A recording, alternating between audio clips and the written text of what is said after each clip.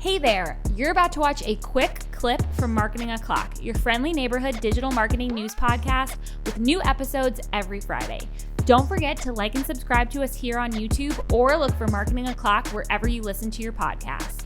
And by way of Dario Zanoni on our Discord channel, account level keywords are here for Google Ads. So it looks like people are starting to see this option in their account settings tab over on Google Ads. And Google says when you create your account level list of negative keywords, it will apply to all search and shopping inventory in relevant campaign types. So this allows you to create one single account level list and apply your negative keywords across your account. You can also specify whether you want to exclude those based on broad, exact, or phrase match. You do have a limit of 1,000 negative keywords at the account level. So I know a lot of people were really excited about this, but saves a lot of time. I also have little faith that negative keywords are even working nowadays. Oh, really? Wow. So thank you, Google, but no thank you, maybe. It's nice because you couldn't use negatives for PMAX at all unless you had the help of a rep before. So Counterpoint. It's not nice. Who, and this is the thing for me, right? Julie Bacchini, bless her soul, at Neptune Moon, and the organizer of PPC Chat, says, I'm not currently running any PMAX campaigns in Google Ads, but their whole we have solved brand term solution letting you add account level brand negatives is laughable. It neither addresses the issues advertiser have nor solves it. To which Ginny, the ads liaison of Google, said, Hi, Julie. Account level negative keywords are designed for brand safety suitability use cases, which has also been a key ask. There's ongoing work for other use cases as well. I would like to say, there is no key ask that anybody has at all for account level negative keywords. Keyword lists work yeah, perfectly you could just fine. apply it everywhere. But Keyword not lists in work your fine. PMAX.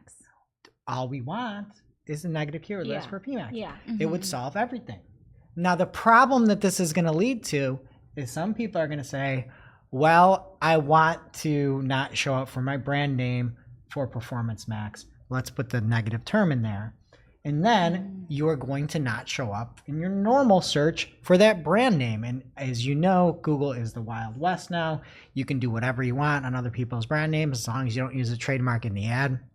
And you do need to, it's the saying, like, it's a necessary evil to run a lot of brand ads now. So you cannot use this in a campaign if you would still like to run branded ads. Yeah. I wonder if a lot of people are going to set up separate accounts. That's what I was going to say. So what an option would be is you do a workaround and you make a PMAX only account, but it's going to be a nightmare because you can't control what it shows on. It's going to cannibalize everything else that you're doing with your other accounts. This is helping no one. No one. And I honestly think it's going to be pulled. So Finstradamus tables mark this down. By the time the year's over, this is going to be removed because the unintended consequence of this is people are going to say, I want to run PMAX, but I don't want it to be on my brand name. I'm going to put in my company brand name, and people are going to shoot themselves in the foot with this. And they're going to put in these terms thinking that I don't want Performance Max showing for this. I don't want, and it's going to shut it down across their entire campaigns. This is a useless, unhelpful thing unless there's something that you absolutely sure don't want to have happen.